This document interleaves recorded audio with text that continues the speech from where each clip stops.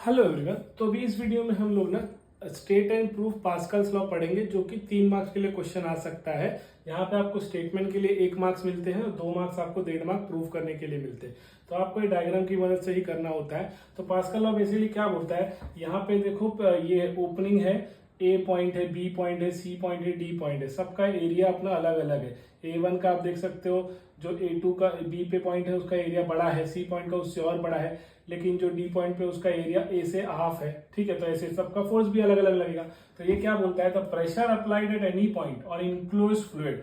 यहाँ पे जो फ्लूइड होगा सिर्फ और वाटर ही है।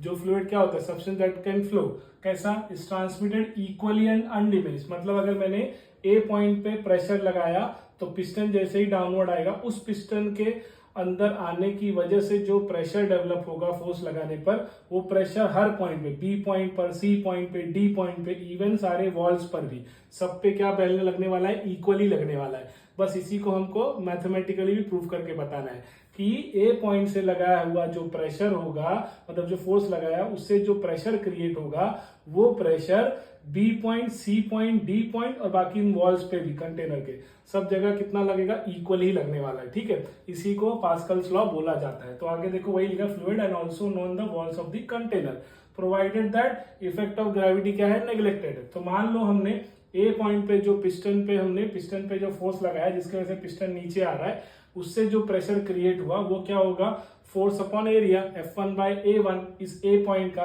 फिर बी पॉइंट पे क्या है फोर्स, देखो 2F है, एरिया कितना है 2A1, तो 2F1/2A1, तो 2 कैंसिल, यहाँ पर भी क्या आ गया F1/A1। सी पॉइंट पे देखो फोर्स कितना लगेगा 3F, तो एरिया कितना है 3A, तो 3 कैंसिल हो जाएगा, F1/A1 आ जाएगा। डी पॉइंट पे देखो F/2 है, यहाँ पर A/2 एरिया है, तो यहाँ पर भी क्या हुआ 2 कैंसिल, तो क्या आया F1/A1। इन चारों से हमें क्या पता चल रहा है, A point, B point, C point, D point पे सब जगह प्रेशर क्या हो रहा है, इक्वल। तो यही पास्कल्स लॉ को क्या कर रहा है, प्रूफ कर रहा है कि ए पॉइंट पे फोर्स लगाने से जितना प्रेशर क्रिएट हुआ, वो प्रेशर बी, सी और डी सब पे क्या हुआ, इक्वल ही गया। ठीक है, तो इसी को हम पास्कल लॉ बोलते हैं। तो आई होप आपको समझ में आया होगा। Thank you.